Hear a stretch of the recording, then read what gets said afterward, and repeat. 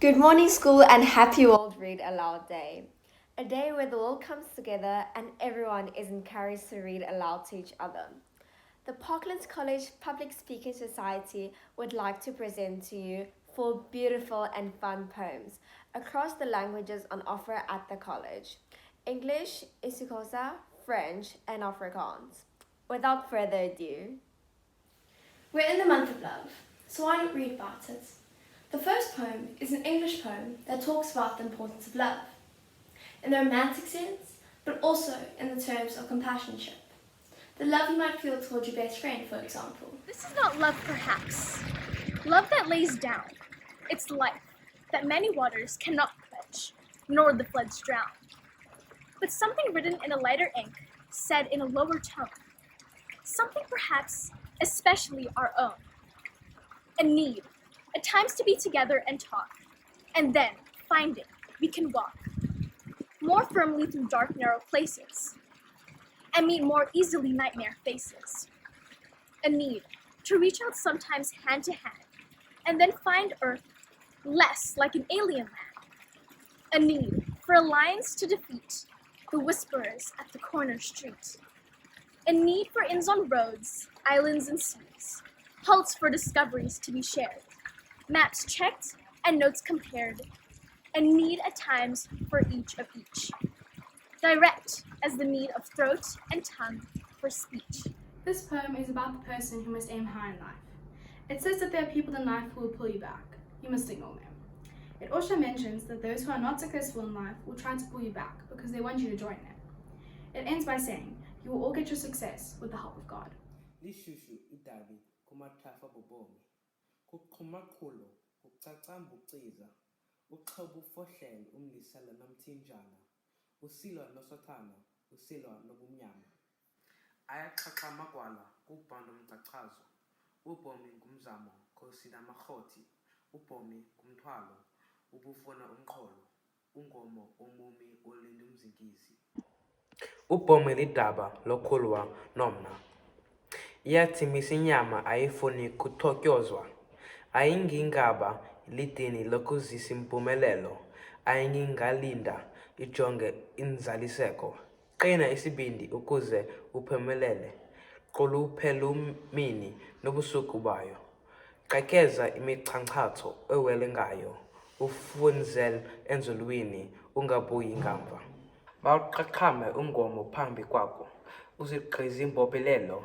ezikuqamangeleyo uyibheke nxamnye imithwalo ukudobeleleyo ulubhaleka ngomonde uqhatso olugumeleyo wafumana beninzi benqenqe eliqamekhweni wafumana iqhela lexhampus emxhobozweni onke lo maqhela akukwebela kuwo mazunga wawe ifunzela enzulwini afuna igolide akaqhwayi emqubeni axel isikukukazi sifuna imibungu ozingele izilo uthabatha izekweba avuke kwangonyezi abuye nofele oswele umngomo ufana nemfama uyapumputheka akubheke awe abe kumqhobo kwabahamba ngendlela kulahleka naye inkitha yesimathi qubhulusirhweqe ulube makazana ubomi kumgudu wovuzwa wakubila umhlaba uyahlaba awufuni nkenenkene amandloba ngowakho wakufunzela enzulwini indlela eluchinya yaye ingumqhatsa funyanwa ngamachule inteziwa ngamadolo sichele amandle kumenzi wento zonke ongechala lakhe wokufikelela enowini. Our next poem is in French. Paul Éluard is a remarkable French poet and one of the founders of the Surrealist movement. Paul Éluard combines the theme of the great city of Paris with the rhythm and structure of a nursery rhyme to convey a very strong message of a revolution in Paris. He was inspired by what happened in the streets of Paris from 1789 to 1968. In the second half of the poem, the sequence of connections goes into reverse, and the elements at the bottom of the pyramid sequentially overthrow what was above them. A poem of revolution. Paris, il y a une rue. Dans cette rue, il y a une maison. Dans cette maison, il y a un escalier. Dans cet escalier, il y a une chambre. Dans cette chambre, il y a une table. Sur cette table, il y a un tapis. Sur ce tapis, il y a une cage. Dans cette cage, il y a un nid. Dans ce nid, il y a un œuf. Dans cet œuf, il y a un oiseau. L'oiseau renverse l'œuf. L'œuf renverse le nid. Le nid renverse la cage. La cage renverse le tapis. Le tapis renverse la table. La table renverse la chambre. La chambre renverse l'escalier. L'escalier renverse la maison. La maison renverse la rue. La rue renverse la ville de Paris. Our next poem for you all is one I am sure you can relate to. It is about the speaker being in a mathematics class. The speaker finds maths challenging and experiences anxiety about not quite understanding what's going on. Have you ever felt like this? Elke dag sterf ek 35 minute lank, vasgetaangens in my bank. En voor die bord boer iemand wat my wiskunde voer. Gevra, trek like AB en vind dan C. Bewys, ek trek AB, ek konstrueer 'n middelloodlyn op, verby die sterre en vind C, alleen. Op Pythagoras sit hy kruisbeen en ween, so jal alleen. Those were some thought-provoking pieces. Thank you so much to the Public Speaking Society for giving us the gift of poetry this morning. And thank you so much to the educators who were involved in choosing the poems.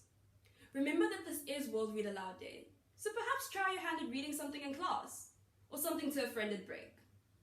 Reading really is a beautiful thing. Thank you for listening.